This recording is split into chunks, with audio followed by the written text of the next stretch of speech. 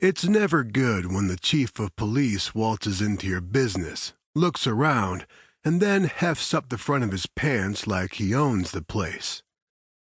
The overweight asshole also has an enormous ego, which is why I intercept him before my brother, Cannon, spots him on the floor of the Savage King's Harley-Davidson dealership.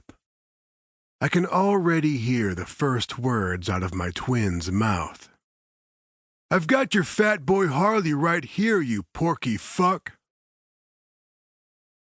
Shaking my head at Cannon's inability to hold his tongue, I walk up to the police chief and dig deep to find my best customer service voice. I've got to at least try and be nice to this asshole. The Kings have always had some pushback from Chief Bailey.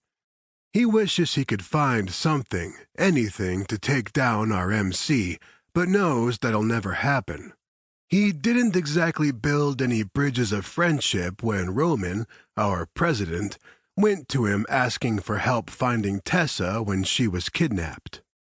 In fact, Roman said the chief was more concerned about the damage to the city's image than the 4 women who had gone missing.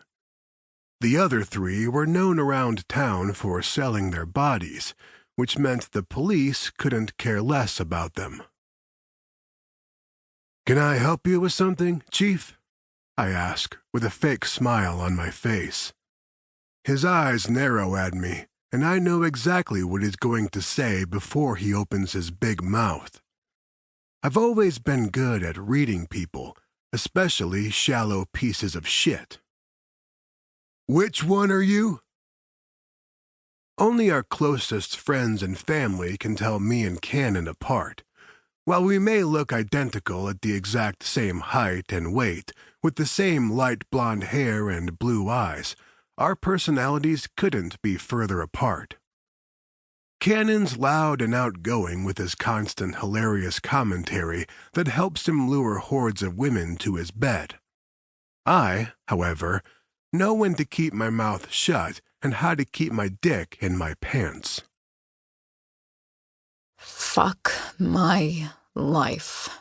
That's usually the first thought I have when I wake up each morning in my dorm room. Although waking up and looking through the curtain of my blonde hair without a clue as to where the hell I am brings FML to a whole new level. This wonderful morning, I come to face down on a hardwood floor in a puddle of my own drool, my mouth so dry I can barely swallow, and not a shred of clothing on my body. I could be anywhere for all I know. At least I'm not out on the streets. That's happened just a handful of times, but I was only arrested once for being drunk and disorderly. Since I was still on probation for public intoxication and supposed to be going to AA meetings as part of my rehabilitation, my attorney was not a happy camper. I offered to blow him if he would stop yelling at me, and that just seemed to piss him off even more. Men. I will never understand them.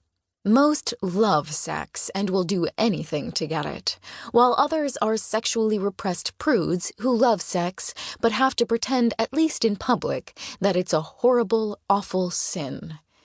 My father is right. I'm a stupid little slut.